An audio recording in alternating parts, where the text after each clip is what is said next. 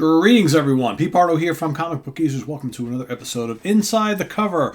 We're continuing on with the Korvac Saga of the Avengers. This is part 9. Last two parts, right? This is only a 10... I shouldn't say only, because 10 issues is a long time for a recurring kind of storyline arc. But this is issue number 9. Or actually, part 9. Issue number 176 from 1978.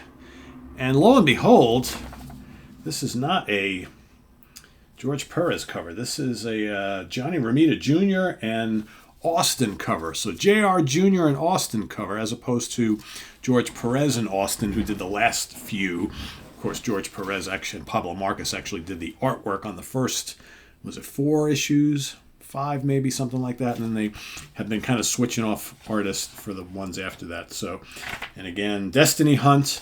So, of course, here we have Thor, Ms. Marvel, Vision, Iron Man, Wonder Man, Wanda, and Hawkeye going up against the being known as Michael, who's actually Korvac, the enemy, right?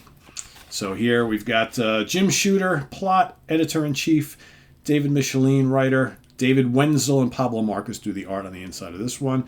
R. Parker, letterer, B. Sharon, colorist, and Roger Stern, the editor. So the Destiny Hunt, again, is the name. So here, of course, as we left off the last issue, the Avengers are trying to figure out exactly where the enemy is, otherwise known as Korvac, otherwise known as Michael. And he is actually not that far, right? I think he is in Westchester County somewhere. Of course, they're all in New York City. So they're at Avengers headquarters trying to figure this all out. And they've got everybody out looking. And they decide, Iron Man decides to summon the Guardians of the Galaxy and say, hey, you got to send Starhawk here because he's probably the guy who can help us locate this guy. Meanwhile, they did not realize that, hold on, I'm just checking my laptop here. There we go. So the power went out. They don't realize, of course, that Korvac has actually done something to Starhawk where he will not be able to detect the presence of himself anywhere. So to Starhawk, he's like, oh, I'm waiting for Korvac. We're watching for him, but he's nowhere to be found. I can't detect him anywhere, even though he should normally be able to, but he can't because of what Korvac did to him. So here we go again. So Starhawk has arrived. So now it's like we got to figure out what's going in. So, of course, Iron Man is filling him in on everything that's happened with the Collector, how the Collector was collecting all them. And then he got kind of zapped and destroyed, and they've all met. He's talking about how, he was taking Thor back in kind of like a time machine type of thing, right? So now, Starhawk is still saying that I can't detect him anywhere. But, Moondragon is the one. She seems to be getting some kind of vibes somewhere. So it says, meanwhile, in a nearby chamber shadowed with thick streams of scented smoke, a woman called Moondragon stirs. For the seeking strands of thought from her tight and trained mind touch something. A mere fragment, true, but then the solving of any puzzle begins with the placing of a single piece. A moment later, and here we have Quicksilver and Hawkeye arguing. Oh, ease up, Quicksilver. Wanda and the Vision are married. What do they do? What they do on their own time is their business. Now stop acting like some kind of Simon Pure. There is a great difference, Archer, between purity and propriety. That thing my sister is with is a machine. It has no right to, and Moondragon steps in. This kind of continues some of the arguments that was happening in the previous issue. Enough. It never ceases to amaze and disgust me, the self-righteous judgments to which you mortals soil your souls. Hawkeye's like, huh? Quicksilver's like, stay out of this, woman. She goes, no, not when such filth can be easily cleansed. So she shoots a little hexy thing at him, right? And all of a sudden, Quicksilver's like, oh, whoa, what's going on? What's going on? And everybody loves ices, right? Of course they do. And snap up to a Slim Jim. Oh, yeah. So then all of a sudden, she goes, it is done, Quicksilver. Quicksilver's hatred is no more. You may thank me. Hey, where did you get off, Baldy, treating someone's mind like a bathtub with a ring? If you've hurt Quicksilver, and Quicksilver says, no, Hawkeye, there was no pain. It was more like insight. So now all of a sudden, all this hatred that he's feeling is just kind of gone. So she then goes into the next room where Captain America, Wonder Man, and Black Panther are talking. And Wonder Man says, I just don't understand it. You people are taking this so casually. Somewhere out there is a man with enough power to blow this world away with a sneeze, and we're doing nothing. Black Panther says, "There's little we can do, Wonder Man, until our leader decides a plan of action. In the meantime, might I suggest some kiots to soothe the nerves?" And then Cap sees Moondragon walks in. He goes, "What about you, Moondragon? Think we're in for a fight?" "I don't think so, Warrior. I know. From what I've just learned, that conflict may be sooner rather than any of us imagine." And then as that's happening, of course, all of a sudden, Thor and Hercules are just kind of getting into a little fun fisticuffs here, because these two always like challenging each other because they're basically on the same wavelength here. So as they're watching this, Black Widow comes up and it's like, "Hey, Hercules, enough is enough is enough." And Moondragon says, "You should all do well to stop your childish games and conserve your strength. You'll need it later when I call for you." And he's like, "She'll call for us," says Hercules, whatever. And she goes into the chamber where Iron Man's at. She goes, "You have had success, Iron Man?" "A possibility, Moondragon, but nothing concrete."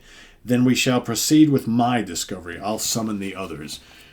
And of course he's like, "Wait, you? No, wait, I'm the leader of this team." She goes, "Silence, I must concentrate." And then, of course, you've got out in the streets, you've got Ms. Marvel is kind of looking for clues. Ant-Man and the Wasp, Yellow Jacket and the Wasp. Can't keep up with all these names, Hank Pym. Goliath, Giant Man, Ant-Man, Yellow Jacket. It's like, Jesus. So they're out looking as well. You've got Lacosta's out looking, Captain Marvel's out looking. The other folks from the Guardians are, so everybody's out trying to figure out exactly where this being is that they're looking for. So finally, they're starting to get some clues, and then we cut over to the home where Michael and Karina are at, and she starts, wondering, "Do you think they're going to, they're going to track us down?" And he's trying to explain how that's not possible, because he's kind of watching everything that's going on, and he explains how Starhawk is incapable at this point in time. And but what if they on their own should somehow stumble upon us? Then, my darling Karina, I'm afraid that will most fervently wish that they do not, because of course he says if they kind of track us down, I don't want to kill them, but I may have to kill them. So finally they have tracked down, based on some of the intel that Moondragon has found, it's in Forest Hills. Okay, so Queens, right? So I thought it was Westchester County, but it was actually in Queens, Forest Hills. So they all head out. Instead of all flying over there, decide to hop on a bus. So they basically take over a bus. So there, could you imagine, look at all those Avengers, right? Jumping on a bus, heading from Manhattan into Queens.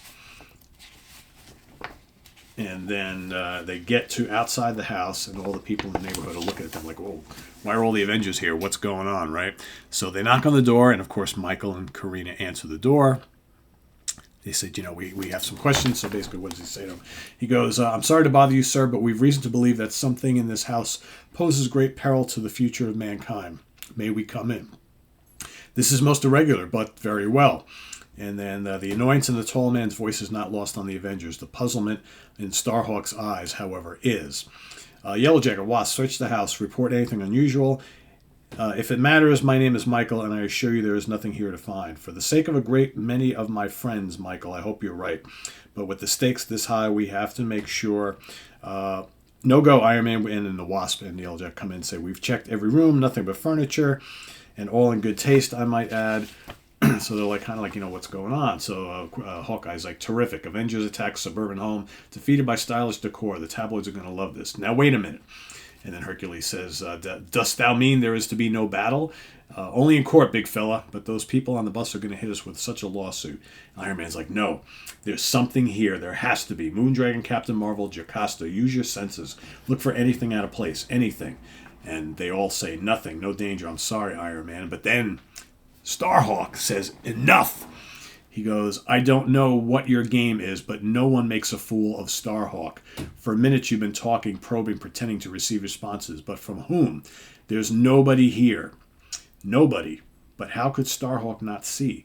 Unless someone didn't want him to see. But who could blind him to the only being powerful enough is, oh my God, Hank, we've..." And then Michael says, "Yes, my dear, I'm afraid you found the one you call the enemy, and you can't imagine how very sad that makes me." Thor says, "This mortal is our ultimate adversary?" And then Cap says, "I have a feeling, Thor, that he passed mortal some time ago. Very astute, Captain America. For even more than your Norse compatriot, I am a god, and I was going to be your savior." Right? So then he has been discovered. He basically says, okay, yep, the jig is up, right? For there is much cruelty in the cosmos, much injustice, and I was in the unique position to alter that, to bring all of existence under my sane and benevolent rule. But you, with your stubborn determination to save what you don't even comprehend, have discovered me, a revelation that I know will not go unnoticed. Ah, the hopes, the dreams. What's our strategy, Iron Man? Do we rush him, says Captain Marvel. Vision says, there seems to be little logic in attacking a foe who merely stands there. Wonder Man says, well, maybe we can talk him into surrendering, maybe. Baloney, says Hawkeye. I don't know about the rest of you guys, but I'm gonna. And then Michael says, you're gonna do nothing, Archer, for it now occurs to me that as the collector predicted, the other deities will soon rally against me, meaning we're talking about Mephisto and Odin and Zeus and eternity and all them, and that you, with your nearsighted vision of what is right, shall join them. And though I realize that I can no longer save the future, I can save myself. So let the war begin here now, and know, you Avengers, that you've brought this upon yourselves. For your meddling heroics have destroyed the hopes of a universe, the dreams of a god, and for that you shall pay. And then here we go. They're going to save it for the last issue, the big battle, right? To all things an ending.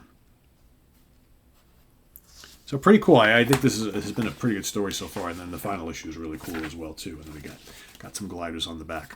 So there you have it. That's part 9 of the Korvac saga, issue number 176. Stay tuned. Probably get it tomorrow. Issue number 176, which will tie up this whole storyline and get us back into other things afterwards. But this has been a fun ride. I hope you guys have enjoyed it. One more issue to go. So stay tuned for that. Please subscribe if you haven't already and click on that notification bell so you get alert of all of our content as it posts. And please do hit the like button before you leave. We've got coming up here over the next couple days and all next week, we've got episodes with Wild Bill and myself, where I'm actually meeting up with him tomorrow to tape a whole bunch of stuff. So stay tuned for that. We've got, what do we got? We're going to do a George Tuska artist spotlight, right? So we're going to be showing you all sorts of comics that the great George Tuska worked on. Bill's got a couple inside the covers. I believe we're going to do some sort of a show kind of discussing and showing off some of the great Thor versus Hulk battles. So we'll be doing that as well, and I'm sure we have some other stuff up our sleeves. So stay tuned for that and more coming up this week and next here on Comic Book Users. Till then, I am Pete Pardo, but see you real soon, probably tomorrow, like I said, with the conclusion of the Korvac saga. Till then, take care. Bye-bye.